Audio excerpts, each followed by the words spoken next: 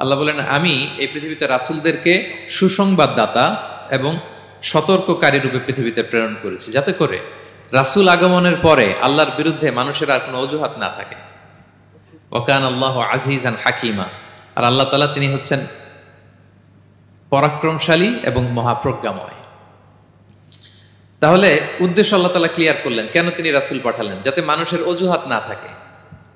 আল্লাহ তাআলা যদি রাসূল পৃথিবীতে বাণীবাহক হিসেবে প্রেরণ না করতেন, মানুষরা বলতো, আল্লাহ আখিরাত বলে যে একটা কথা আছে এটা তো আমি বুঝি নাই, আল্লাহ মৃত্যুর পরে যে আবার জীবিত হইতে হবে এটা তো আমি শুনি নাই, আল্লাহ এই পৃথিবীতে আমি কি কি করেছি তার পাই টু পাই তোমার সুপ্রিম কোর্টের কাঠগড়ায় দাঁড়িয়ে যে বিচারের সম্মুখীন হতে হবে কেউ তো আমার কোনোদিন বলে নাই। এজন্য আল্লাহ বলেন, আমি পৃথিবীতে রাসূল পাঠিয়েছি যাতে করে মানুষের কোনো এক্সকিউজ না থাকে। আচ্ছা বলেন তো, এখন কি কেউ আল্লাহরে বলতে পারবে আল্লাহ বিচার যে হবে এটা তো আমি জানি না? বলতে পারবে? আল্লাহ আখিরাত বলে যে একটা কথা আছে, পুনরুত্থান, পুনর্জীবিত হইতে হবে, আবার বিচারের সম্মুখীন হইতে হবে, জান্নাত জাহান্নাম আছে, এগুলো তো কোনোদিন আমি শুনি নাই। এই কথা, এই এক্সকিউজ তোলার কোনো সুযোগ কি আর আছে? No excuse will be granted that day, dear brothers and sisters.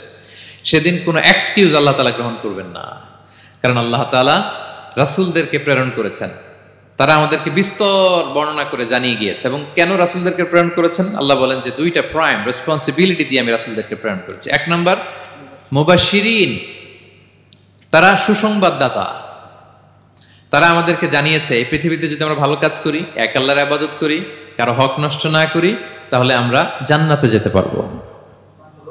জান্নাতের সুসংবাদ তারা দেন। They are the bearer of glad tidings, they are the bearer of paradise, তারা জান্নাতের সুসংবাদদাতা। রাসূলদের দুই নাম্বার প্রাইম রেসপন্সিবিলিটি হচ্ছে মুনজিরিন, তারা সতর্ককারী। তারা আমাদেরকে এই মর্মে সতর্ক করেছেন যে এই পৃথিবীতে যদি আল্লাহর ইবাদত না করে শিরক করো, বেদাআত করো, এই পৃথিবীর বুকে যদি ফাসাদ করো, যদি সীমা লঙ্ঘন করো, যদি অন্যের অধিকার নষ্ট করো, তাহলে তোমাদেরকে জাহান্নামের আযাব ভোগ করতে হবে, ঠিক কিনা? তাহলে দুইটা প্রাইম রেসপন্সিবিলিটি। রাসূলরা হচ্ছেন মুবাশশিরিন, সুসংবাদদাতা, জান্নাতের সুসংবাদ দিয়েছেন, তারা ভালো কাজ করলে জান্নাতে যাওয়া যাবে। পাশাপাশি তারা হচ্ছেন সতর্ককারী। কিসের সতর্ককারী? জাহান্নামের ব্যাপারে সতর্ককারী। এই পৃথিবীতে ফাসাদ করলে, আল্লাহ তাআলার অবাধ্য হলে জাহান্নামে যেতে হবে। এবং রাসূল পাঠানোর মধ্য দিয়ে আল্লাহ তাআলা এক্সকিউজ দেওয়ার সুযোগ বন্ধ করে দিয়েছেন, কোনো এক্সকিউজ আর দেয়া চলবে না। তাহলে পৃথিবীতে কেন আল্লাহ তাআলা রাসূল পাঠালেন, এই পয়েন্টটা কি সবার কাছে ক্লিয়ার? আচ্ছা ক্লিয়ার, আমরা সামনের দিকে এগোই। এরপর আল্লাহ তাআলা বলেছেন এই পৃথিবীতে যত জাতি গোষ্ঠী আছে সব জাতির কাছে আমি রাসূল পাঠিয়েছি। ওয়া ইম মিন উম্মাতিন ইল্লা খালা ফিহা নাযীর, যত জাতি, যত নেশন এই পৃথিবীতে এসেছে সব জাতিকে সতর্ক করবার জন্য, ইনস্ট্রাক্ট করবার জন্য, গাইড করবার জন্য আমি রাসূল পাঠিয়েছি। এমন কোন জাতি নাই যে জাতির মধ্যে আল্লাহ রাসূল পাঠায় নাই, সবাই রাসূল পেয়েছেন। এবং মজার ব্যাপার হচ্ছে they are the chosen and selected personality by Allah subhanahu wa ta'ala. রাসূলরা হচ্ছেন আল্লাহ তাআলার পক্ষ থেকে chosen এবং সিলেক্টেড। রাসূলদেরকে সিলেক্ট করেছে কে? আল্লাহ। তিনি বলেন ওয়া ইন্নাহুম ইনদানা লামিনাল মুস্তাফাইনাল আখিয়ার, নবীরা হচ্ছে আমার কাছে মনোনীত, আমি তাদেরকে মনোনীত করেছি এবং তারা হচ্ছে সর্বশ্রেষ্ঠ মানুষ। তার মানে এই আয়াত থেকে বোঝা গেল নবীরা সিলেক্টেড, তারা ইলেক্টেড না। ইলেকশন করে নবী হওয়া যায় না, নবী সিলেক্টেড এর মাধ্যমে হইতে হয়, সিলেকশনের মাধ্যমে। আর সিলেক্ট করেন কে? আল্লাহ। চুজ করেন কে? আল্লাহ। ইলেকশন করে নবী হওয়া যায়? আমরা পৃথিবীর সবাই মিলে যদি ভোট দেই, আল্লাহ আমরা সবাই ভোট দিলাম, এ হচ্ছে রাসূল, তাকে রাসূল হিসেবে আপনি কবুল করেন, হবে ইলেকশনে ভোট দিলে? আমাদের সাথে যদি ম্যানকাইন্ডের সাথে জিন কাইন্ডও যুক্ত হয়, জিনেরাও যদি বলে আল্লাহ আমরাও আছি, আমরাও দিলাম একটা করে ভোট, হবে রাসূল হবে? ফেরেশতারাও যদি যুক্ত হয়, ফেরেশতারাও যদি বলে, মানুষও ভোট দিল, জিনেরাও দিল, ফেরেশতারাও দিল, প্রত্যেকে একটা করেই দিল, ধরেন প্রত্যেকের ভোট গণনা করার পরে দেখা গেল বিশাল ভোট কাউন্ট হয়েছে। এখন তাদের এই ভোটের উপর ভিত্তি করে রাসূল হবে কেউ? হবে? কারণ নবী ইলেকশনে হওয়া যায় না, নবী হয় সিলেকশনে। আর সিলেক্ট করেন কে? আল্লাহু ইয়ালামু হাইসু ইয়াজআলু রিসালাতাহু, কাকে রাসূল বানাবেন, কাকে তিনি নবী হিসেবে অ্যাপয়েন্ট করবেন, এটা তিনিই জানেন। শুধুমাত্র, কেবলমাত্র, একমাত্র আল্লাহ তাআলা সোললি এটাকে কন্ট্রোল করেন। কেউ চাইলে কারো ভোটে, কারো ইলেকশনে নবী হওয়া যায় না। নবীরা হচ্ছেন সিলেক্টেড, চুজেন, পার্সোনালিটি বাই আল্লাহ সুবহানাহু ওয়া তাআলা। তাহলে নবীরা নির্বাচিত নন, ওনারা মনোনীত। নবীরা কি নির্বাচিত? নবীরা মনোনীত। এখন কতজন নবী রাসূল আল্লাহ তাআলা পাঠিয়েছেন? আল্লাহ তাআলা সুস্পষ্ট করে জানাননি কতজন। কিছু কিছু হাদিস থেকে পাওয়া যায় লক্ষাধিক রাসূল, নবী এবং রাসূল আল্লাহ তাআলা পৃথিবীতে পাঠিয়েছেন। কিন্তু কোরআন আল কারিমে এই লক্ষাধিক নবী রাসূলের সবার কথা আল্লাহ তাআলা আমাদেরকে শোনাননি। আল্লাহ তাআলা মাত্র 25 জন রাসূলের কথা আমাদেরকে শুনিয়েছেন। কতজন? 25 জনের কথা আল্লাহ তাআলা শুধু আমাদেরকে বলেছেন, বাকিদের কথা বলেন নাই। কতটুকু আমাদের বলা দরকার এটা আমাদের চেয়ে ভালো জানেন কে? আল্লাহ ভালো জানেন। আল্লাহ তাআলা ভালো জানেন কতটুকু আমাদেরকে জানাতে হবে। যত রাসূল তিনি পাঠিয়েছেন, যত নবী পাঠিয়েছেন, সবার কথা যদি আল্লাহ কোরআনে বলতেন তাহলে কোরআন কি মাত্র 611 পৃষ্ঠার একটা বই হতো? 10 খণ্ড, 15 খণ্ড, 20 খণ্ড। তখন আমরা হাফেজ হতে পারতাম? হ্যাঁ, আমরা হাফেজ তরিকুল ইসলাম পাইতাম তখন? হ্যাঁ, তাকরিম পাইতাম? তখন তো হাফেজ হওয়া যেত না। এটা যদি 15 খণ্ড 20 খণ্ডের বিশাল ভলিউম হয়, হাফেজ হওয়া যেত না। এজন্য আল্লাহ তাআলা সব নবীদের কথা আমাদেরকে শোনায় নাই, মাত্র 25 জন নবীর কথা কোরআনে আল্লাহ শুনিয়েছেন। কতজন? আল্লাহ বলেন রুসুলান কদ কসাসনাহুম আলাইকা মিন ক্বাবলু ওয়া রুসুলান লাম নাকসুসহুম আলাইক। নবী হে, অনেক রাসূলের কথা আপনাকে শুনিয়েছি, আবার অনেক রাসূলের কথা আমি শোনাই নাই। যাদের কথা শোনানোর প্রয়োজন মনে করেছি তাদের কথাই আমি শুনিয়েছি। তাহলে আমরা বুঝলাম কোরআনে বর্ণিত হয়েছে কয়জন নবী রাসূলের নাম? সবাই বলবেন আওয়াজ করে, কয়জন? 25 জন। এবং এই 25 জন নবীর মধ্য থেকে 6 জনের নামে আল্লাহ 6টা সূরা ডেডিকেট করেছেন কোরআনে। 6টা সূরা উৎসর্গ করেছেন। সূরা ইউনুস, সূরা ইউসুফ, সূরা ইব্রাহিম, সূরা মুহাম্মদ, সূরা নূহ, সূরা হুদ। 6 জন নবী। কয়জন নবী? 6 নবীর নামে আল্লাহ তাআলা 6টা সূরা ডেডিকেট করেছেন। এবং এই যত নবী আল্লাহ তাআলা পাঠিয়েছেন সব নবীর উপর ঈমান আনা আবশ্যক।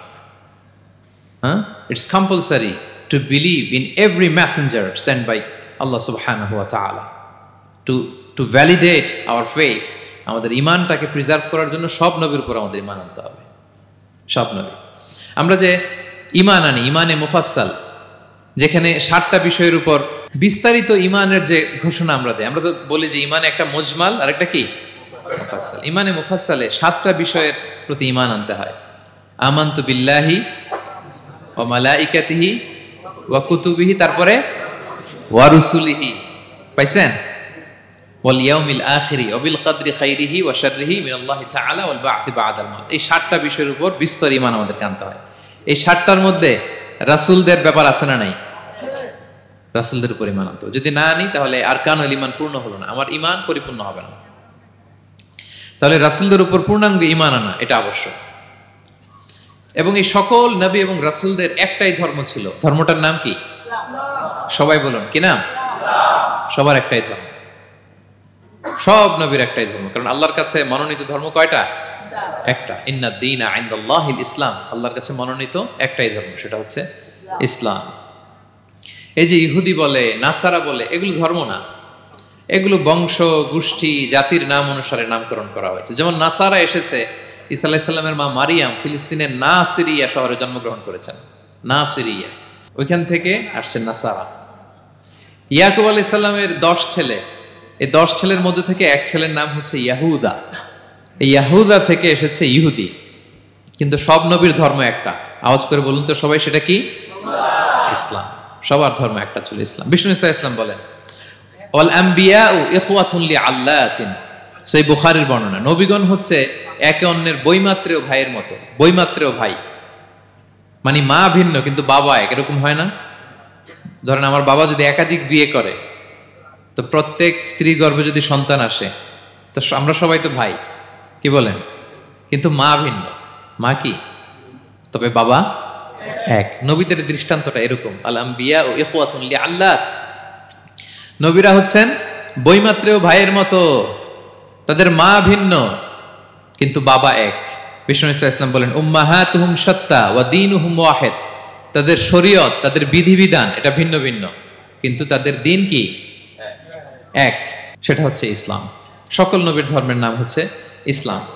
যেমন ইব্রাহিম আলাইহিস সালামের ব্যাপারে আল্লাহ তাআলা বলেন মা কানা ইব্রাহিমু ইয়াহুদিয়ান ওয়ালা নাসরানিয়ান ওয়ালাকিন কানা হানিফাম মুসলিমা ওয়া মা কানা মিনাল মুশরিকিন। নবী ইব্রাহিম আলাইহিস সালাম উনি ইহুদিও ছিলেন না, নাসারাও ছিলেন না, উনি একনিষ্ঠ মুসলিম ছিলেন। কে ছিলেন? আল্লাহ নবী ইউসুফ আলাইহিস সালাম উনি সবসময় আল্লাহর কাছে দোয়া করতেন, আল্লাহ তাওয়াফানি মুসলিমান ওয়াল হিকনি বিসসালিহিন, আল্লাহ তুমি আমাকে মুসলিম হিসেবে মৃত্যু দিও আর সৎকর্মশীলদের সাথে অন্তর্ভুক্ত করে নিও। তো উনি মুসলিম না হলে এই দোয়া করতেন, আল্লাহ মুসলিম হিসেবে মৃত্যু দিও। সুলাইমান আলাইহিস সালাম রানী বিলকিসের কাছে একটা চিঠি লিখেছেন। এই চিঠি আবার পাঠিয়েছেন হুদহুদ পাখিকে দিয়ে। হুদহুদ পাখি ঠোঁটে করে এটা কামড় দিয়ে নিয়ে বিলকিসের রাজপ্রাসাদের ভেন্টিলেশনের ভিতর দিয়ে ঢুকে বিলকিস লাঞ্চ করে বিশ্রাম নিতেছিল, এর বুকের উপরে চিঠিটা রেখে ফুরুত করে উড়াল দিছে হুদহুদ। খুলে দেখে অদ্ভুত এক চিঠি, ইন্নাহু মিন সুলাইমান ওয়া ইন্নাহু বিসমিল্লাহির রহমানির রহিম। তো বিলকিসকে উদ্দেশ্য করে সাল্লাল্লাহু আলাইহি ওয়াসাল্লাম বলেছিলেন, আল্লাহ তাআলু আলাইয়া ওয়াতুনি মুসলিমিন, বিলকিস অবাধ্য হয়েও না, বাড়াবাড়ি করো না, মুসলিম হয়ে আমার কাছে ফিরে আসো। কোন নবী বলছেন?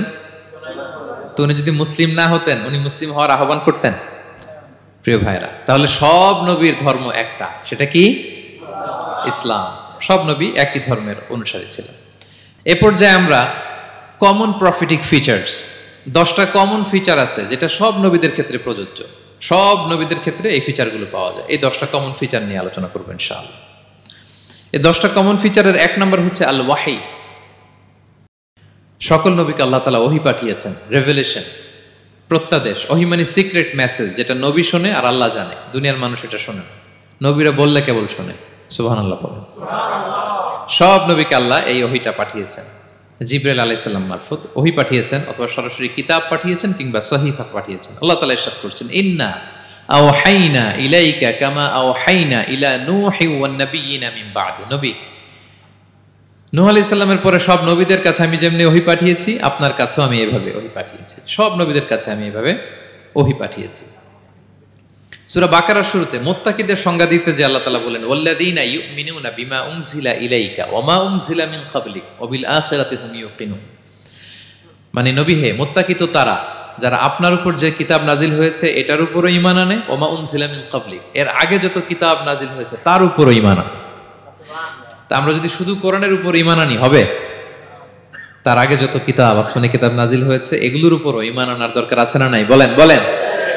তাওরাতের উপর ঈমান আনতে হবে, জাবুর, ইনজিল, সুহুফে ইব্রাহিম ও মূসা সবগুলোর উপর ঈমান আনতে হবে। তো এই ওহীগুলো আল্লাহ তাআলা নাজিল করেছেন। তাহলে 1 নাম্বার কমন ফিচার হচ্ছে আল্লাহ তাআলা ওহী পাঠিয়েছেন, সব নবীকে ওহী দিয়েছেন। 2 নাম্বার ফিচার হচ্ছে same language of the people. নবীকে আল্লাহ তাআলা যেই জাতিগোষ্ঠীর কাছে পাঠিয়েছেন তিনি ওই জাতির ভাষাতেই কথা বলেছেন। ধরেন মালয় এলাকাতে যদি আল্লাহ নবী পাঠান আর ওই নবী যদি আরবিতে কথা বলে, তা আমাদের মালয়েশিয়ান ভাইরা বুঝবে? আচ্ছা, আরব দেশে যদি আল্লাহ একজন নবী পাঠান, ওই নবী ধরেন যে ম্যান্ডারিনে কথা বলে, চাইনিজ ভাষায়, আরবরা বুঝবে? চায়নাতে ধরেন আল্লাহ তাআলা এক নবী পাঠালো, সে ওখানে যে হিন্দি ভাষায় কথা বলে, চাইনিজ লোকেরা বুঝবে না। তাহলে যেই জাতির কাছে আল্লাহ পাঠাইছেন ওই জাতির ভাষা দিয়ে আল্লাহ নবীকে পাঠাইছেন। সুবহানাল্লাহ। আল্লাহ তাআলা ইরশাদ করেন, ওয়ামা আরসালনা মির রাসূলিন ইল্লা বিলিসানি কওমিহি লিউবাইয়িনা লাহুম। আল্লাহ তাআলা যত রাসূল পৃথিবীতে প্রেরণ করেছেন, বিলিসানি কওমি, যে জাতির কাছে প্রেরণ করেছেন ওই জাতির ভাষায় প্রেরণ করেছেন, যাতে করে নবীর কথা এরা বুঝে। নবীরা এসেছেন বাণীবাহক হয়ে। এখন এই বাণী যদি বুঝতে না পারে তাহলে কাজ হবে? এজন্য প্রত্যেক নবীকে আল্লাহ তাআলা যে জাতির কাছে পাঠিয়েছেন ওই জাতির ভাষায় পাঠিয়েছেন। 3 নাম্বার হচ্ছে সকল নবীকে আল্লাহ তাআলা very good standard of character দিয়েছেন। চারিত্রিক দৃষ্টিকোণ থেকে অতুলনীয় ছিল এক একজন নবী। পা থেকে মাথা পর্যন্ত কালো দাগ ফেলার মতো কিছু ছিল না। আল্লাহু আকবার। মাসুম ছিলেন। আহলুস সুন্নাহ ওয়াল জামাআর আকীদা হচ্ছে প্রত্যেক নবী ছিলেন মাসুম, কোনো গুনাহ করেন নাই, নিষ্পাপ প্রতিটা নবী। সর্বোত্তম চরিত্র দিয়ে আল্লাহ তাআলা, অনুপম চরিত্র দিয়ে আল্লাহ তাআলা তাদেরকে পাঠিয়েছেন। আল্লাহ তাআলা বলেন, ওয়া ইন্নাকা লাআলা খুলুকিন আযীম, and verily you are on a very good standard of character. নবী হে, আপনি চমৎকার একটা ক্যারেক্টারের উপর প্রতিষ্ঠিত। আপনার আচরণের মতো, ক্যারেক্টারের মতো আচরণ অতুলনীয়, পৃথিবীতে দ্বিতীয়টা খুঁজে পাওয়া যায় না, ঠিক কিনা? কারণ নবীরা যদি মডেল হন, তাদের আচরণ যদি ভালো না হয়, তাহলে মানুষ কি তাদেরকে গ্রহণ করবে? মানুষ তো তাদের কাছ থেকে শিখবে, জানবে। তো জন্য তাদের আচরণ চমৎকার হওয়ার দরকার আছে না নাই? চমৎকার আচরণ, চমৎকার চারিত্রিক মাধুর্য দিয়ে আল্লাহ তাআলা পৃথিবীতে এক একজন নবীকে প্রেরণ করেছেন। সব নবীরা ভেরি গুড স্ট্যান্ডার্ড অফ ক্যারেক্টারের অধিকারী ছিল। 4 নম্বর হচ্ছে প্রত্যেক নবীকে আল্লাহ তাআলা মিরাকেল দিয়েছেন, মানে মুআজিজা, as a proof of their prophethood. তাদের নবুয়তির প্রমাণ হিসেবে আল্লাহ তাআলা তাদেরকে মিরাকেল দিয়েছেন, মুআজিজা। যেমন সালেহ আলাইহিস সালামকে আল্লাহ তাআলা মুআজিজা দিয়েছিলেন। তার জাতির কাছে যখন তিনি দাওয়াত দিলেন, তারা বলল, সালেহ তুমি যে নবী এটা আমরা বুঝবো কি করে? এক শর্তে আমরা তোমার উপর ঈমান আনতে পারি। সাল্লাল্লাহু আলাইহি সাল্লাম বললেন, কি শর্ত? বলতেছে, এই যে পাহাড় দেখো, এই পাহাড়ের ভেতর থেকে যদি একটা উট বের করো, 10 মাসের গর্ভবতী একটা উটটা বেরোবে, বেরোয় বাচ্চা দিবে, সাথে সাথে আমরা উটের দুধ দহন করে খাবো, এরপর আমরা ঈমান আনবো। চিন্তা করছেন কত শর্ত? পাহাড়ের ভেতর থেকে কি বের করে দেখাইতে হবে? উট। উনি আল্লাহর কাছে দোয়া করলেন, আল্লাহ বললেন কবুল, তবে কথা না শুনলে কিন্তু খবর আছে। বলছে ঈমান আনবে, ঈমান না আনলে কিন্তু খবর আছে। উনি দোয়া করলেন, আল্লাহ কবুল করলেন। পাহাড় বিদীর্ণ হয়ে একটা বিশাল আকৃতির উট বের হয়ে আসলো, 10 মাসের গর্ভবতী উট। মুহূর্তে এটা ডেলিভারি করলো একটা উটের বাচ্চা, এবং দুধ দিতে আরম্ভ করলো, ওলান ভর্তি দুধ। সবাই পেট ভরে দুধ খেলো। খাওয়ার পরে কয়, তুমি জাদুকর। খাওয়ার পরে সাল্লাল্লাহু আলাইহি সাল্লাম কি বলে? You are a magician. তুমি জাদুকর, তুমি তো বড় ভেলকিবাজ সালেহ, তুমি পাহাড়ের ভিতরে ভেলকি ঢুকাই দিছো। আল্লাহ তাআলা তাদেরকে একটা সাউন্ড গ্রেনেড, প্রচন্ড শব্দ তরঙ্গ দিয়ে ধ্বংস করে দিলেন। কানের পর্দা ফেটে সবগুলো লাশ হয়ে জমিনে পড়ে রইল। তাহলে এই যে সাল্লাল্লাহু আলাইহি সাল্লাম যেটা দেখাইছেন, এটা কি ভেলকি ছিল? ম্যাজিক ছিল? কি ছিল? মুআজিজা, miracle, as a proof of their prophethood. তাদের নবুয়তির প্রমাণ হিসেবে আল্লাহ তাআলা তাদেরকে মুআজিজা দিয়েছেন। মূসা আলাইহিস সালামের মুআজিজা কি ছিল? লাঠি। ফাআলকাহা ফাইযা হিয়া হাইয়াতুন তাসআ। ওই লাঠি রেখে দিলে মুভিং স্ন্যাক হয়ে যেত, নড়তেছে সাপ, ছবল মারবে। সুবহানাল্লাহ। এটা কি ম্যাজিক ছিল? কি ছিল? মুআজিজা। ঈসা আলাইহিস সালামকে আল্লাহ তাআলা মাইন্ড ব্লোয়িং মুআজিজা দিয়েছেন।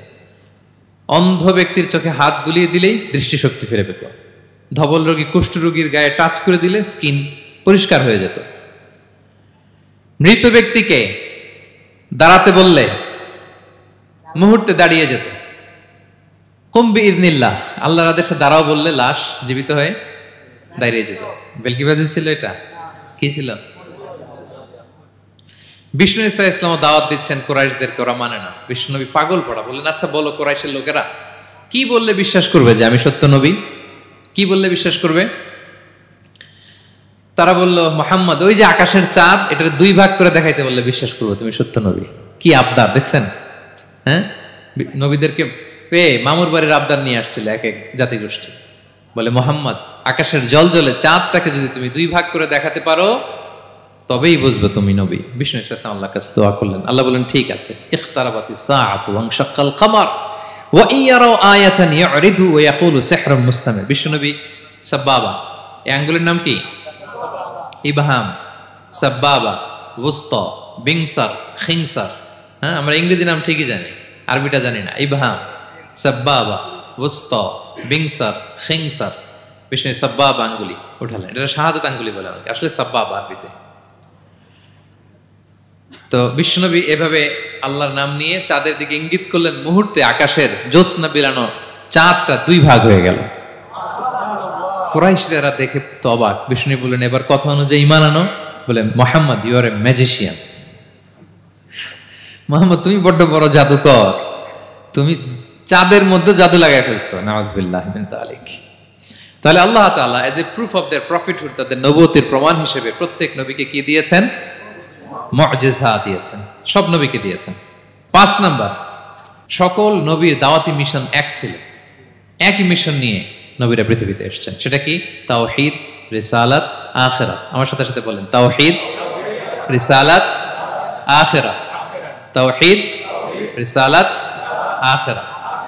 এই 3টা বুনিয়াদী শিক্ষা দিতে নবীরা এসেছে। তাওহীদ মানে ওয়াননেস অফ গড, আল্লাহ যে এক, সব নবী প্রচার করেছেন।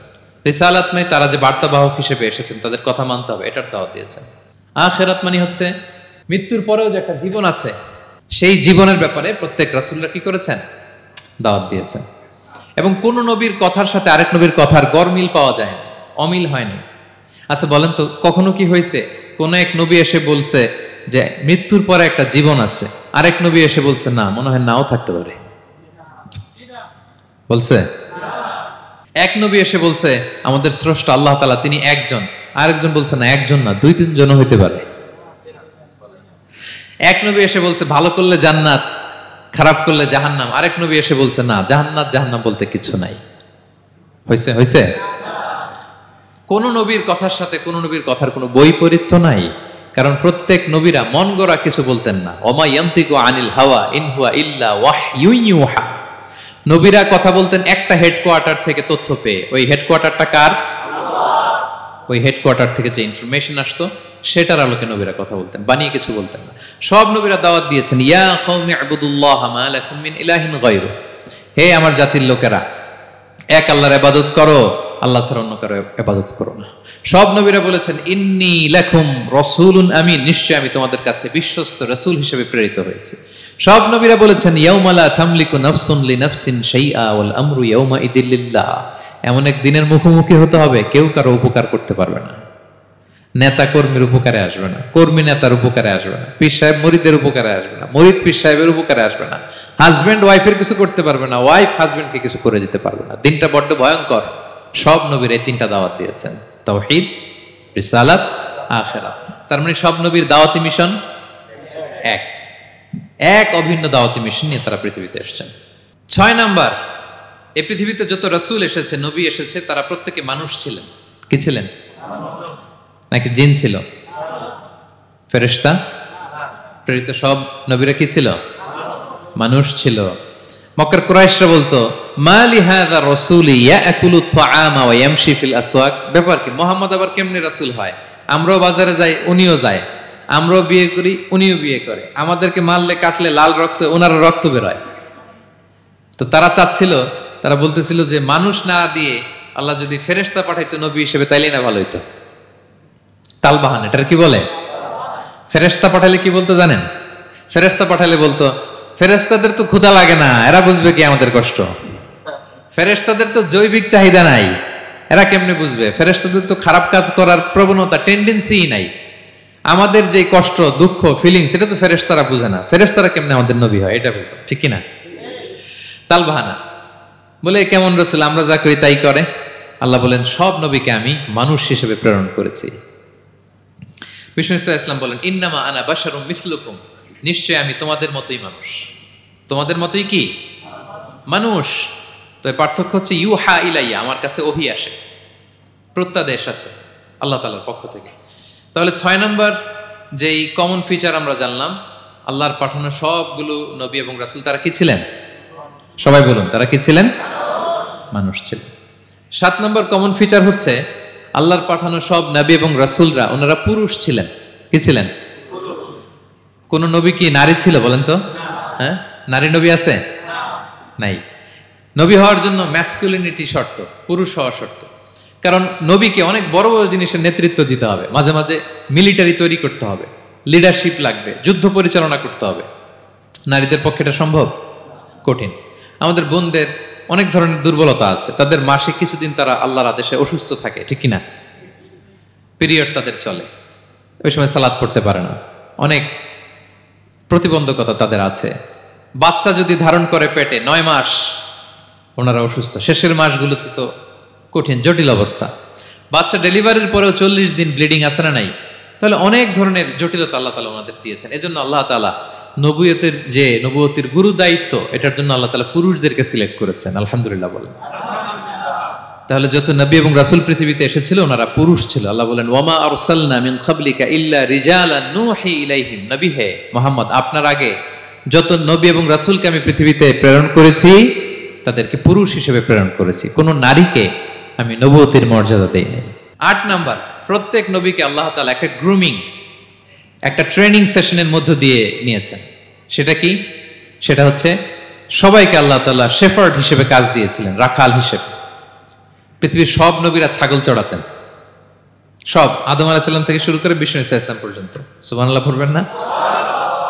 বিষ্ণু ইসা ইসলাম বলেন মা বাআসাল্লাহু নাবিয়্যান ইল্লা রাআল গানাম, আল্লাহ এমন কোন নবী পাঠায় নাই যেই নবী ছাগল চড়ায় নাই। সব নবী।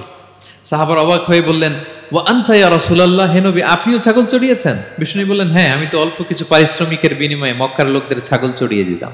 সুবহানাল্লাহ।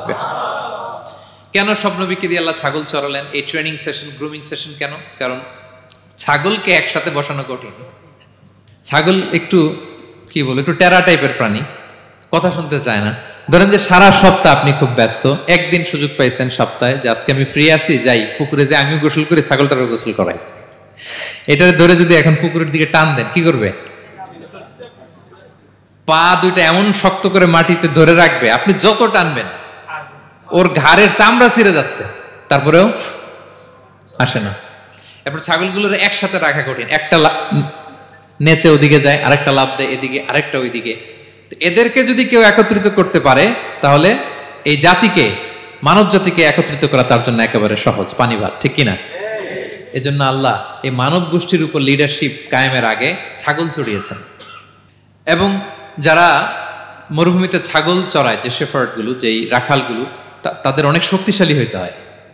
গায়ে শক্তি না থাকলে ছাগল চড়ানো যায় না, কিন্তু লাঠি নিয়ে হই হই করে পিছনে দৌড়াইতে হয়, নেকড়ের ছোবল থেকে ছাগলগুলোকে রক্ষা করতে হয়, বাঘ নেকড়ে এগুলো থেকে বাঁচাইতে হয়।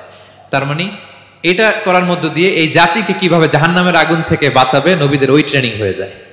সুবহানাল্লাহ। ছাগল এদিক ওদিক দৌড়াতে থাকে, এদেরকে যেমনি একত্রিত করতে হবে, নবীদের কাজও হচ্ছে মানব গোষ্ঠীকে ইউনাইটেড করা, একত্রিত করা।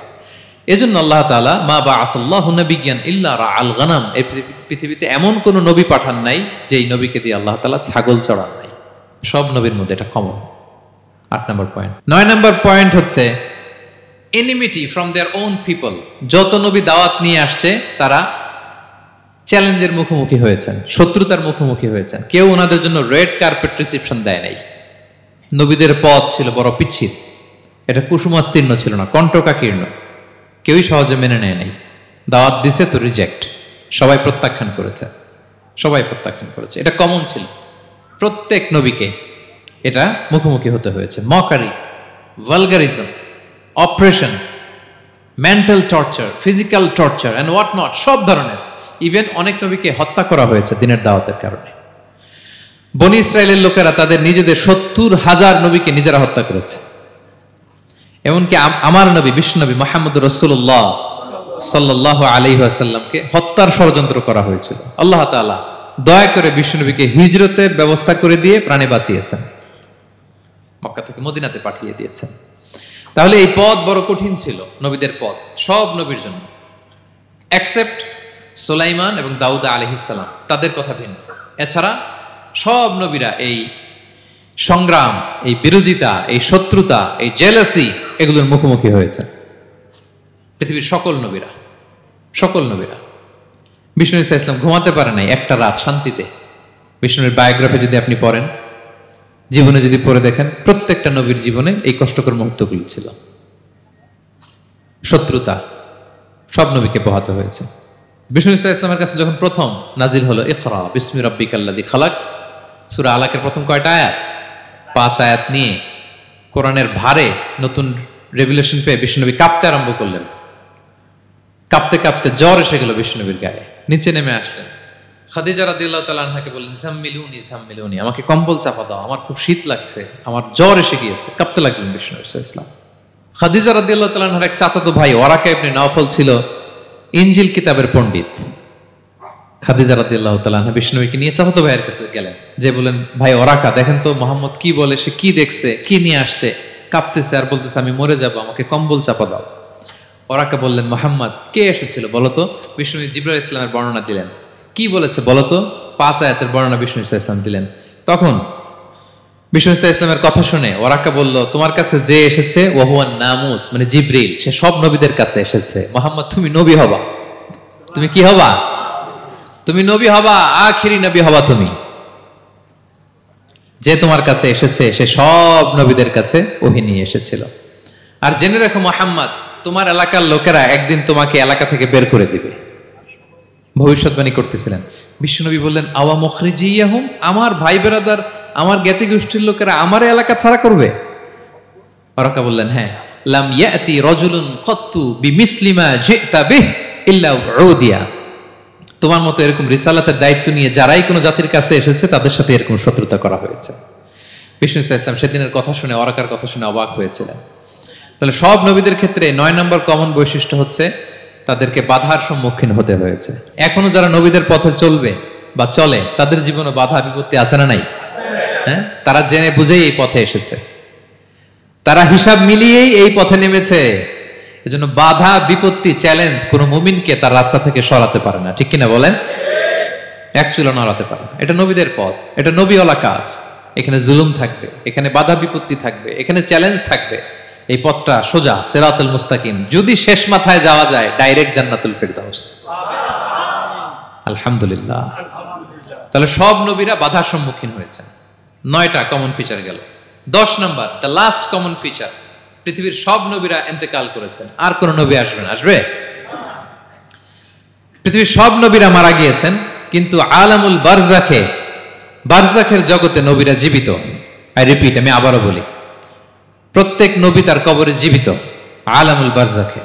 আমরা এই দুনিয়াতে আসার আগে যেই জগতে ছিলাম, ওই জগৎটার নাম হচ্ছে আলামুল আরওয়াহ, মানে রুহের জগৎ। সেখান থেকে আমরা এই জগতে এসেছি, এটার নাম আলামুদ দুনিয়া, দুনিয়ার জগৎ। আবার মৃত্যুর পরে যে নতুন এক্সটেশনে আমরা যাব, সেটার নাম হচ্ছে আলামে বারজাখ, বারজাখের জগৎ। নবীরা ওই বারজাখের জগতে জীবিত। বিষ্ণু ইসলাম সুনানে আবু দাউদের হাদিসে বলেন যে ইন্নাল্লাহা হাররামা আলাল আরদি আন তাকুলা আজসাদাল আম্বিয়া, আল্লাহ তাআলা এই জমিনকে, নবীদের দেহকে কনজিউম করাকে হারাম করে দিয়েছেন। মানে জমিনের জন্য নবীদের লাশকে পচিয়ে ফেলা, খেয়ে ফেলা হারাম। যত নবী যেখানে ইন্তেকাল করেছেন, তাদের পবিত্র দেহ মোবারক এখনো আগের মতো একেবারে, যখন মৃত্যুবরণ করেছিলেন তখন লাশটা যেমন তাজা ছিল, এখনো প্রত্যেকে তার কবরে এরকম তাজা লাশ নিয়ে শুয়ে আছে। প্রত্যেক নবী কবরে জীবিত। বিষ্ণু ইসলাম ওনার কবরে জীবিত। তবে এটা বারজাকি জগতে। এই দুনিয়া তিনি যেভাবে জীবিত ছিলেন ওইভাবে না, বারজাকি জগতে জীবিত। আমরা যখন প্যারা নবীর উপর সালাম পৌঁছাই, দুরুদ পড়ি, প্রত্যেক ফেরেশতা, একটা ফেরেশতা আছে এই দুরুদগুলোকে নিয়ে বিষ্ণুনবীর কাছে পৌঁছায়। আপনার বাবার নাম, আপনার নাম বলে ফেরেশতা বলে যে অমুকের ছেলে অমুক আপনাকে সালাম দিয়েছে। বিষ্ণুনবী কবর থেকে নিজে ওই সালামের উত্তর বলে, কারণ বিষ্ণু ইসলাম বারজাকের জগতে তিনি জীবিত। হায়াতুন নবী, বারজাকের জগতে তিনি জীবিত। আরেক হাদিসে বিষ্ণু ইসলাম বলেন আল আম্বিয়া ও আহিয়াউন ফি কুবুরিহিম ইউসাল্লুন, নবীরা তাদের কবরে জীবিত, সেখানে তারা সালাত আদায় করে। নবীরা তাদের কবরে কি করে? সালাত আদায় করে। তাহলে এই 10টা হচ্ছে কমন ফিচার্স এবং প্রফিটস। সব নবীদের মধ্যে এই বিষয়গুলো পাওয়া যায়। সর্বশেষ পয়েন্ট হচ্ছে lessons from the life of the profits. এত নবী রাসূল যে আল্লাহ তাআলা আমাদের হেদায়েতের জন্য পাঠালেন, তাদের জীবনী থেকে আমাদের জন্য শিক্ষা কি, লেসন কি, এটা জানার দরকার আছে না নাই? বলেন, কি লেসন আমরা নিব? অনেক লেসন আছে। আমি সংক্ষিপ্ত পরিসরে 2-1টা বলি। আমি আমার মিজানুর রহমান আজহারি ভেরিফাইড ইউটিউব চ্যানেলে প্রফেট সিরিজ নামে একটা সিরিজ করেছি, 25 পর্বের। কোরআনে কয়জন নবীর নাম উল্লেখ হয়েছে? 25। আর আমার চ্যানেলে কয় পর্ব? তার মানে 25 জন নবীর ব্যাপারে আমি ওয়েল ডকুমেন্টেড ম্যানারে একাডেমিকলি আলোচনা করেছি। আপনারা শুনবেন, আপনাদের জন্যই করেছি, শুনবেন আপনারা। এবছর 21শে বইমেলায় আপনারা শুনেছেন আমার একটা বই প্রকাশিত হয়েছে। বইয়ের নাম হচ্ছে জেগে ওঠো আবার। এটা আমি নিজে লিখেছি। আরেকটা বই 6 খণ্ডের আমি সম্পাদনা করেছি, সেটা হচ্ছে ছোটদের নবী রাসূল। বইটার নাম কি? ছোটদের নবী রাসূল। সত্যায়ন প্রকাশন থেকে 6 পর্বের, খুব চমৎকার গ্রাফিক্যাল ইউজার ইন্টারফেস দিয়ে আপনার সোনামণিরা, বাচ্চারা তারা জেনে যাবে যে তাদের আসল আইকন কারা, তাদের আসল সুপার হিরো কারা, তাদের অনুসরণীয় অনুকরণীয় ব্যক্তিত্ব হবে কারা। এই বইটা লিখতে, সম্পাদনা করতে আমাদের অনেক চ্যালেঞ্জ আমরা ফেস করেছি, কারণ এটা আপনাদের জন্য লিখি নাই, লিখছি কাদের জন্য? বাচ্চাদের জন্য। আমি বাচ্চাদেরকে গল্প শোনাচ্ছি এরকম একটা ভাব নিয়ে লিখেছি। আমি বারবার ভেবেছি যে আমার ছোট্ট মেয়েটাকে যদি আমি শোনাই, ওকে বুঝাইলে ও কিভাবে বললে বুঝবে। গল্পের মতো করে খুব রস দিয়ে, আনন্দ দিয়ে প্রতিটা বাক্য এভাবে সাজানো হয়েছে। 6 খণ্ডের ছোটদের নবী রাসূল সিরিজ। যদি সুযোগ হয় আপনারা সংগ্রহ করবেন। বড়দের নিয়েও আমরা নবী রাসূলদের উপর আমাদের সামনে কাজ আসবে, আমরা জানাবো। তো আজকের এই কায়েত ফাউন্ডেশন বাংলাদেশের এই প্রোগ্রামে সর্বশেষ যে পয়েন্টটা আপনাদের সামনে আমি উপস্থাপন করতে চাই, সেটা হচ্ছে lessons from the life of the profits. নবী রাসূলদের জীবনী থেকে আমাদের জন্য কি শিক্ষা। 25 জন নবীকে কভার করা সম্ভব হবে না। আমি সেখান থেকে মাত্র 7 জন নবীর জীবনী থেকে 7টা শিক্ষা 7 মিনিটে বলে আমরা শেষ করে দেব ইনশাআল্লাহ বিইذنিল্লাহ। প্রথমে আমরা শুনবো সাইয়েদনা আদম আলাইহিস সালামের জীবনী থেকে শিক্ষা। পৃথিবীর প্রথম নবী কে ছিল বলেন তো? আদম আলাইহিস সালাম। আমরা যেমনি আমাদের শৈশব ছিল, কৈশোর ছিল, যৌবন, তারপর বার্ধক্যের দিকে যাচ্ছি, ওনার কি এরকম ছিল? আদম আলাইহিস সালামের শৈশব ছিল না? ছিল?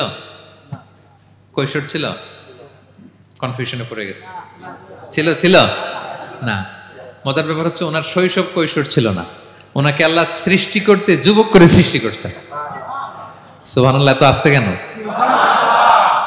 সৃষ্টি করতেই যুবক, 60 হাত লম্বা। কয় হাত?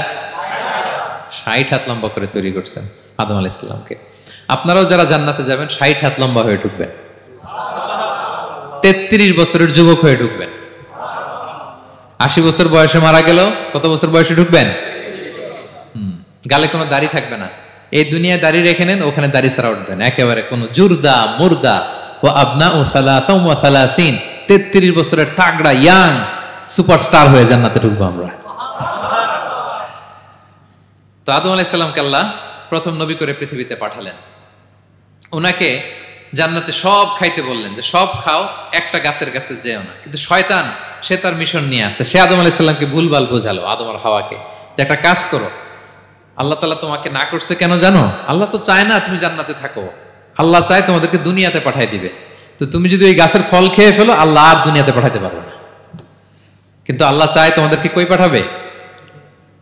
কিন্তু যদি গাছের ফল খেয়ে ফেলো আর পাঠাইতে পারবে না। এজন্য আল্লাহ নিষেধ করছে গাছের ফল খায় না। চিন্তা করছেন? উল্টা, পুরো উল্টোটা বুঝাইছে। তো ভুল করে সাইয়েদনা আদম আলাইহিস সালাম, হাওয়া আলাইহিস সালাম খেয়ে ফেলছেন এই ফল। খাওয়ার পরেই আল্লাহ তাআলা পাঠিয়ে দিলেন পৃথিবীতে, যাও জমিনে যাও, এই জান্নাতে আর থাকা যাচ্ছে না। কাঁদতে আরম্ভ করলেন আদম আর হাওয়া আলাইহিস সালাম, কাঁদতে কাঁদতে অনুতপ্ত হয়ে আল্লাহর কাছে দোয়া করলেন। তো পুরো আদম আলাইহিস সালামের জিন্দেগির সবচেয়ে বড় শিক্ষা হচ্ছে রিপেন্টেন্স, অনুতপ্ত হওয়া। কি হওয়া? অনুতপ্ত হওয়া। আমরা ভুল করব, কুল্লুকুম খাত্তাউন, আমরা সবাই পাপী। সবাই কি পাপী? কে পাপ করি না? আমরা সবাই পাপী। কিন্তু মনে রাখবেন, আমাদের পাপ যত বড় হোক, আল্লাহর রহমতের দরিয়া তার চাইতেও বড়, অনেক বড়। তিনি দয়াময়, তিনি মেহেরবান, তার দয়ার শেষ নাই, তার মায়ার শেষ নাই। তার রহমতের দরিয়া যে কত বড় আপনি কল্পনাও করতে পারবেন না। শয়তান আর আমাদের মধ্যে পার্থক্য হচ্ছে, শয়তান পাপ করে পাপে অটল থাকে, কিন্তু বিশ্বাসীরা পাপ করার সাথে সাথেই ক্ষমা চায় কার কাছে?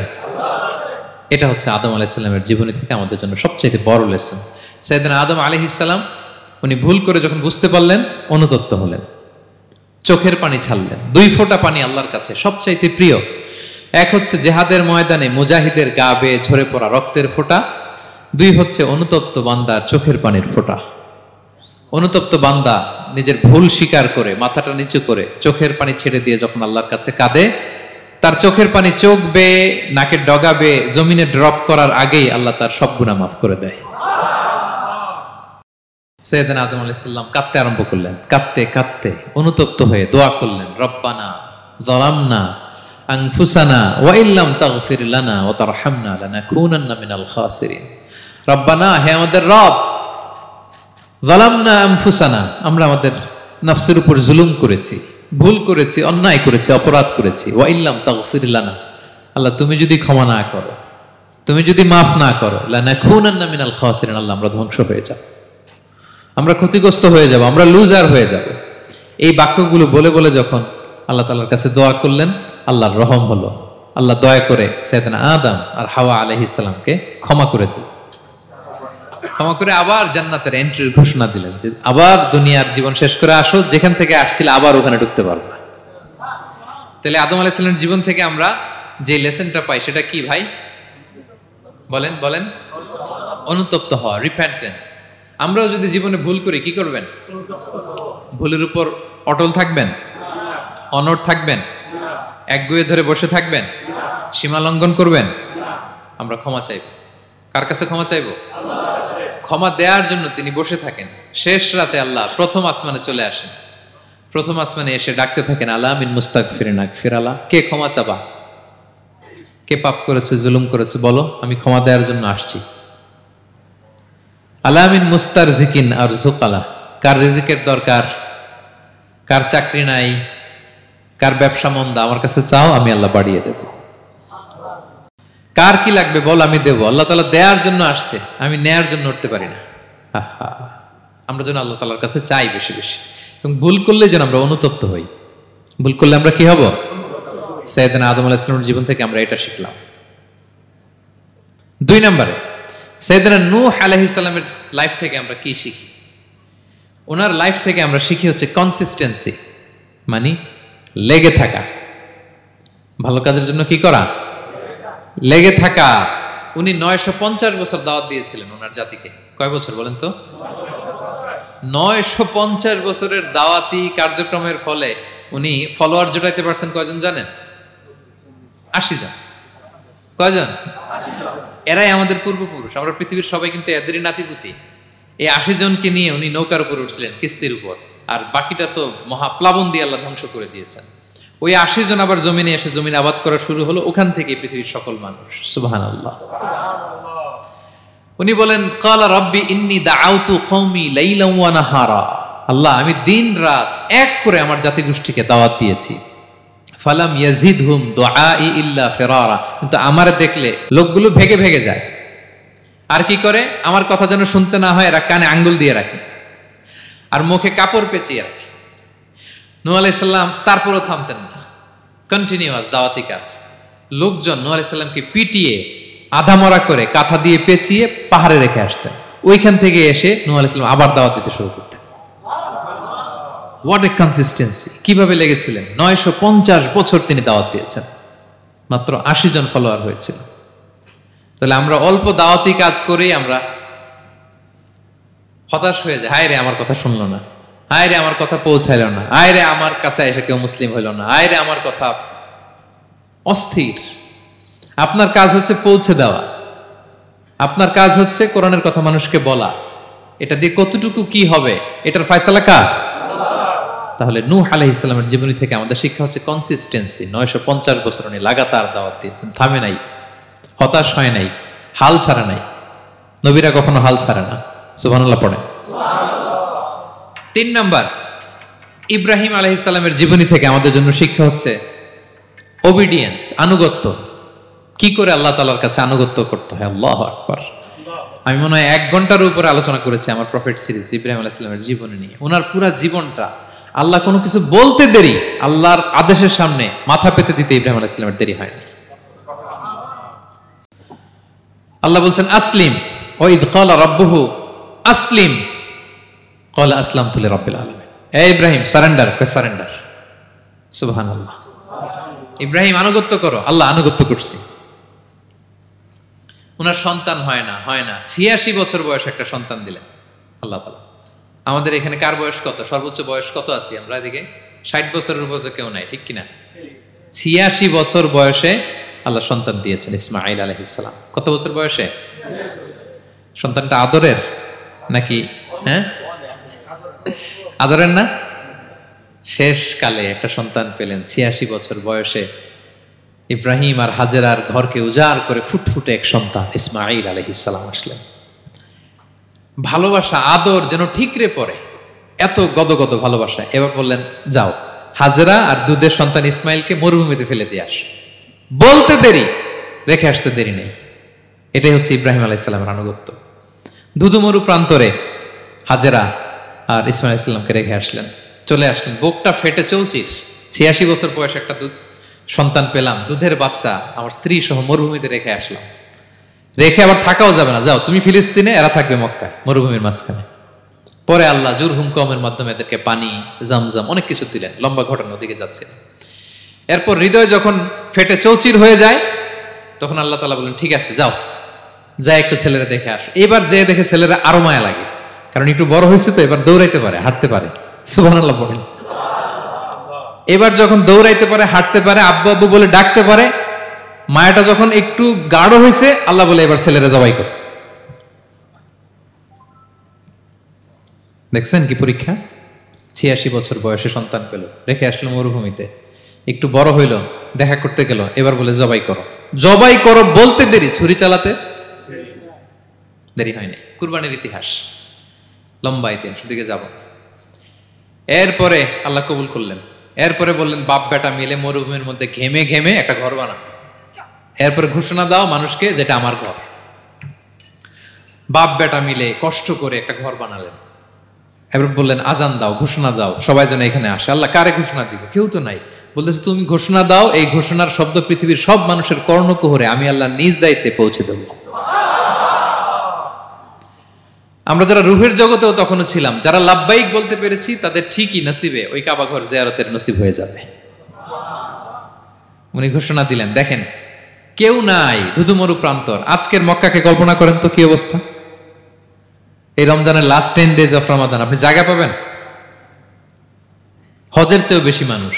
কিভাবে আল্লাহ কবুল করেছেন, কিভাবে আনুগত্য, সাবমিসিভনেস, নিজেকে আল্লাহর কাছে পুরো সুপর্দ করা এর নমুনা সাইয়েদনা ইব্রাহিম আলাইহিস সালাম পেশ করেছেন। তাহলে সংক্ষিপ্ত কথা হচ্ছে, আল্লাহ নবী ইব্রাহিম আলাইহিস সালামের জীবনী থেকে আমাদের জন্য শিক্ষা হচ্ছে অবিডিয়েন্স, আনুগত্য। কিভাবে আল্লাহর আদেশের সামনে মাথা পেতে দিতে হয়। পারা যাবে তো? হ্যাঁ, ওই ইব্রাহিম আলাইহিস সালামের রক্ত আমাদের দেহে বহমান। আমরাও নবী ইব্রাহিমের উত্তরসূরি। নবী ইব্রাহিমের আলাইহিস সালামের মতো আমরাও ইসলামের জন্য জীবন বিলিয়ে দেওয়ার দরকার আছে না নাই? বলেন বলেন। শক্ত পদে আমাদেরকেও এরকম স্যাক্রিফাইসের মেন্টালিটি অর্জন করতে হবে। অবিডিয়েন্স, আনুগত্যের শিক্ষা আমরা নবী ইব্রাহিম আলাইহিস সালামের কাছ থেকে পাই। 4 নম্বর, ইয়াকুব আলাইহিস সালাম, ওনার জীবনী থেকে শিক্ষা হচ্ছে পেশেন্স, ধৈর্য। আমাদের অনেকের ধৈর্য নাই, আমরা অস্থির, অল্পতে ধৈর্য হারাই ফেলি। ধৈর্য এমন একটা গাছ, এই গাছের সারা গায়ে অনেক কাঁটা, কিন্তু এই গাছের ফল বড্ড মিষ্টি। ধৈর্য এমন একটা গাছ, গাছের সারা গায়ে কি, কিন্তু ফলটা। ইয়াকুব আলাইহিস সালামের কলিজার টুকরা ইউসুফ আলাইহিস সালামকে ভাইয়েরা মেরে আহত করে কুয়ায় ফেলে দিছে। কুয়া থেকে নিয়ে মিশরে বিক্রি করে দিছে। এখন এতিম হয়ে আরেক জায়গায় থাকে। বাবার কলিজা ফেটে যায়, ছিঁড়ে যায়, কিন্তু কাউরে বিচার দেয় না, কাউরে কিছু বলে না। উনি বলে ইন্নামা আশকু বাসি ওয়া হুজনি ইলাল্লাহ, আমার দুঃখ কষ্ট মনের জ্বালার যন্ত্রণা আমি একজনের বলি, তিনি কে? আল্লাহ। ধৈর্য ধারণ করলেন। প্রাপ্তবয়স্ক অবস্থায় ওনার ছেলে বানিয়ামিন, তাকেও হারালেন। আবার বলে আমি কাউরে বিচার দিই না, একজনের বলে, তিনি কে? আল্লাহ। এই 2 ছেলের শোকে কাঁদতে কাঁদতে অন্ধ হয়ে গেলেন। আল্লাহু আকবার। সাইয়েদনা ইয়াকুব আলাইহিস সালাম একবার ধৈর্য হারা হন নাই। তাহলে আল্লাহ নবী ইয়াকুব আলাইহিস সালামের জীবনী থেকে আমাদের জন্য শিক্ষা হচ্ছে পেশেন্স। বিপদে আমরা কি ধরবো? ধৈর্য ধারণ করব। 5 নম্বরে ইউসুফ আলাইহিস সালামের জীবনী থেকে আমাদের শিক্ষা হচ্ছে he is the archetype of good character, উন্নত চরিত্রের মডেল। আমার যুবক ভাইয়েরা, কায়েদ ফাউন্ডেশন বাংলাদেশের আজকের ইফতার প্রোগ্রামে যুবক যারা এসছো, তোমাদের জন্য শিক্ষা আর্কিটাইপ অফ গুড ক্যারেক্টার, চরিত্র কিভাবে হেফাজত করতে হয় এর মডেল, প্রেরণার বাতিঘর। তাগড়া যুবক, পৃথিবীর সবচাইতে সুন্দর পুরুষ ইউসুফ আলাইহিস সালাম। তাকে দেখে ওই সময়ের আরেক বিশ্ব সুন্দরী জুলাইখা প্রেমে মাতোয়ারা, গোপন কক্ষে নিয়ে প্রেম নিবেদন করেছে। বলেছে ইউসুফ কাক পক্ষে টের পাবে না। আল্লাহ নবী ইউসুফ আলাইহিস সালাম এটাকে প্রত্যাখ্যান করলেন। জোরাজুরি করলো, প্রত্যাখ্যান করলেন। মারধর করা হলো, প্রত্যাখ্যান করলেন। সবশেষে আলটিমেটাম দিল, যদি আমার কথা মতো না চলো জেলখানায় ভরবো। উনি বললেন ক্বালা রাব্বি সিজনু আহাব্বু ইলাইয়া মিম্মা ইয়াদউনানি ইলাই, আল্লাহ এই পাপের কাজের চেয়ে জেলখানায় আমার জন্য ভালো। বিনা অপরাধে, বিনা দোষে 1 যুগ মিথ্যা অপবাদে কারাবন্দী ছিলেন সাইয়েদনা ইউসুফ আলাইহিস সালাম। তারপরেও চরিত্রের ব্যাপারে 1 বিন্দুও কম্প্রোমাইজ করেন। যুবক ভাইরা, চরিত্র বড় দামি সম্পদ। সম্পদ গেলে সম্পদ আসে, স্বাস্থ্য গেলে স্বাস্থ্য আসে। একবার চরিত্র নষ্ট হলে ওই চরিত্র আর ফিরে পাওয়া যায় না। সাইয়েদনা ইউসুফ আলাইহিস সালামের জীবনী থেকে আমাদের শিক্ষা হচ্ছে চরিত্রকে কিভাবে প্রিজার্ভ করতে হয় এটা। 6 নম্বরে সাইয়েদনা ঈসা আলাইহিস সালামের জীবনী থেকে আমাদের জন্য শিক্ষা হচ্ছে স্লেভারি, দাসত্ব। কারণ আমরা সবাই গোলাম একজনের। বলেন তো কার গোলাম? আল্লাহর গোলাম। কিন্তু ওনার সব উম্মতেরা, মানে খ্রিস্টানরা তাকে বলে সান অফ গড, উনি নাকি আল্লাহর সন্তান। নাউজুবিল্লাহ পড়েন। ওনার মা ম্যারি, মানে মারিয়াম আলাইহিস সালাম নাকি আল্লাহর স্ত্রী। নাউযুবিল্লাহ। কিন্তু উনি জন্মের পরেই দুধের শিশু মায়ের কোলে বসে একটা ছোট্ট ভাষণ দিয়েছিলেন। বলেছিলেন ইন্নী আব্দুল্লাহ আতানিয়াল কিতাবা ওয়া জাআলানি নাবিয়্যা, আল্লাহ আমাকে আল্লাহর গোলাম বানিয়ে পাঠিয়েছেন। দেখেন কি নবী, প্রথমে এসে বলেন আমি কিন্তু রাসূল। একে তো দুধের শিশু, মুখের প্রথম কথা কি? ইন্নী আব্দুল্লাহ, আমি আল্লাহর গোলাম। যাতে করে পুরো খ্রিস্ট সমাজের বিরুদ্ধে দলিল হয়ে থাকে যে তোমাদের নবী পৃথিবীতে এসে তার মুখ নিঃসৃত প্রথম শব্দটাই ছিল আমি আল্লাহর দাস, আমি আল্লাহর গোলাম। এবং উনাকে ওনার মাকে আল্লাহ স্পেশাল ইন্টারোগেট করবেন কিয়ামতের দিন।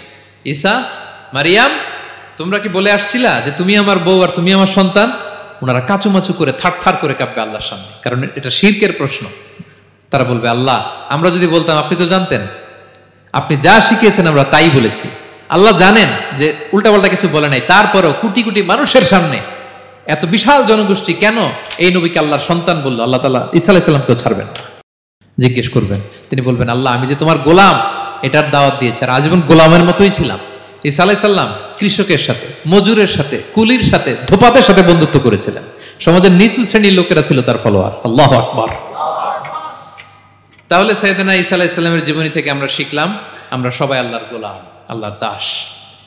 সর্বশেষ নবী, বিশ্ব নবী, পেয়ারা নবী মুহাম্মদুর রাসূলুল্লাহ সাল্লাল্লাহু আলাইহি সাল্লামের জীবনী থেকে কি শিক্ষা? এই শিক্ষা তো বলতে গেলে ঘন্টার পর ঘন্টা লাগবে। একটা শিক্ষা শুধু বলি, সেটা হচ্ছে মার্সি। ওমা আরসালনাকা ইল্লা রাহমাতাল লিল আলামিন। I have sent you as a mercy for the entire universe. নবী হে, আমি আপনাকে গোটা বিশ্বের সবার জন্য রহমত করে প্রেরণ করেছি। তিনি মানুষের জন্য রহমত, তিনি প্রাণীর জন্য রহমত, তিনি পাখির জন্য রহমত, তিনি স্ত্রীদের জন্য রহমত, তিনি উম্মতের জন্য রহমত, তিনি তার ফলোয়ার সাহাবীদের জন্য রহমত। ঠিক কিনা? তিনি কত রহমতের নবী ছিলেন? বিষ্ণু ইসলাম কতটা রহমতের নবী ছিলেন? ছোট্ট একটা উদাহরণ দিয়ে শেষ করি। বিষ্ণু ইসলাম বলেন, লিকুল্লি নাবিয়িন দাওয়া মুস্তাজাবা। আল্লাহ প্রত্যেকটা নবীকে একটা করে দোয়ায়ে মুস্তাজাবা দিয়েছেন। মানে এমন দোয়া, এই দোয়া করতে দেরি কিন্তু দোয়া কবুল হতে দেরি হয়। সব নবীকে আল্লাহ বলছেন, এই নবীরা তোমাদের প্রত্যেককে একটা করে দোয়া করার সুযোগ দিলাম এই দুনিয়াতে, এবং দোয়াটা করার সাথে সাথেই কবুল করে ফেলবে। বিষ্ণু বলেন লিকুল্লি নাবিয়িন দাওয়া মুস্তাজাবা। সব নবীরা একটা করে দোয়া মুস্তাজাব পেয়েছেন, দাআউ বিহা। আর নবীরা ওই দোয়াটা দুনিয়াতেই করে ফেলছে। সব নবীর ওই স্পেশাল দোয়া যেটা করলেই কবুল, ওটা সব নবীরা কি করছে? দুনিয়াতেই করে ফেলেছে। কিন্তু বিশ্বনবী বলেন ওয়া ইন্নী আখতাবিউ দাওয়াতি শাফাআতান লি উম্মতি ইয়াউমাল কিয়ামা। আমি আমার সেই দোয়াটা এই দুনিয়ার বুকে অন্যান্য নবীদের মতো করি নাই। আমি আমার দোয়াটা আমার গুনাহগার উম্মতের জন্য কিয়ামতের কঠিন দিনে তারা যখন মুসিবতে পড়ে যাবে, ওই মুসিবত থেকে বাঁচার জন্য ওই দোয়াটা আমি আমার উম্মতের জন্য রেখে দিয়েছি। ওয়া ইন্নী আখতাবিউ দাওয়াতি শাফাআতান লি উম্মতি ইয়াউমাল কিয়ামা। সব নবীরা এই দোয়াটা করেছে, দুনিয়াতেই কবুল হয়ে গিয়েছে। কিন্তু বিষ্ণু বললেন আমি চাইলে এই দোয়াটা করতে পারতাম। তায়েফের ময়দানে বিষ্ণুনবী ওই দোয়া করলে বিষ্ণুনবীর গা দিয়ে রক্ত ঝরে না। কুরাইশদের সাথে বিষ্ণুনবীর 3 বছর জেল খাটা লাগে না। মদিনাতে বিষ্ণুনবী অনেক না খেয়েছিলেন, পেটে পাথর বেঁধেছিলেন। দোয়া করলে জান্নাত থেকে খাবারের বস্তা চলে আসতো, মুহূর্তেই কবুল। জীবনের কোনো কঠিন পরিস্থিতিতে বিষ্ণুনবী এই দোয়াটা করে নাই। বিষ্ণু বলেন আমি আমার এই দোয়াটা স্পেশালি আমার গুনাহগার উম্মতের জন্য রেখে দিয়েছি। কিয়ামতের কঠিন ময়দানে আমার গুনাহগার উম্মত যখন বিপদে পড়ে যাবে, তাদেরকে ওই বিপদ থেকে বাঁচানোর জন্য ওই দোয়াটা আমি প্রিজার্ভ করে দিয়েছি। বিষ্ণু ইসলাম আমার জন্য এই দোয়াটা রেখে দিয়েছেন। প্রিয় ভাইয়েরা, এই দোয়াটা আপনার জন্য রেখে দিয়েছেন। বিষ্ণুনবী দোয়াটা আমাদের জন্য রেখে দিয়েছেন। চাইলে এই দুনিয়াতে এই দোয়াটা করতে পারতেন, করেন নাই। সব নবীরা করে ফেলেছেন। এজন্য বিষ্ণুনবীকে বলা হয়েছে ওমা আরসালনাকা ইল্লা রাহমাতাল লিল আলামিন। নবী হে, I have sent you as a mercy for the entire universe. গোটা বিশ্বের জন্য আপনাকে আমি রহমত করে প্রেরণ করেছি। আপনি রহমতের নবী, আপনি দয়ার নবী, মায়ার নবী। বিষ্ণুনবীর জীবনী থেকে শিক্ষা হচ্ছে আমরাও যেন আমাদের অধীনস্থ যারা আছে তাদের প্রতি যেন রহমদিল হই। আমরা আমাদের প্রতিবেশীদের প্রতি যেন রহমদিল হই। আমরা আমাদের ফ্যামিলির সদস্যদের প্রতি যেন রহমদিল হই। এই মার্সি, এই দয়া মায়ার ছোঁয়া যেন বিষ্ণুনবীর উম্মত হিসেবে আমাদের হৃদয়েও থাকে। সবাই পড়ি আমিন। তাহলে সম্মানিত সুধী, নবীদের এই লাইফ লেসন থেকে আমরা যেগুলো শিখলাম, এগুলো আমাদের জীবনে বাস্তবায়নের দরকার আছে না নাই? বলেন বলেন। বেশি বেশি নবীদের জীবন চর্চা করবেন তো? প্রফেট সিরিজের যে লেকচারগুলো আপনাদের জন্য রেখেছি আপনারা শুনবেন তো? সবাই ছেলে মেয়েদেরকে নবীদের জীবনী শেখাবেন তো? তারাই হচ্ছে আমাদের রিয়াল হিরো, তারাই হচ্ছে সুপার হিরো। দে আর আওয়ার আইকন। এবং আমাদের হেদায়েতের জন্য তাদেরকে আল্লাহ তাআলা আমাদের কাছে পাঠিয়েছেন।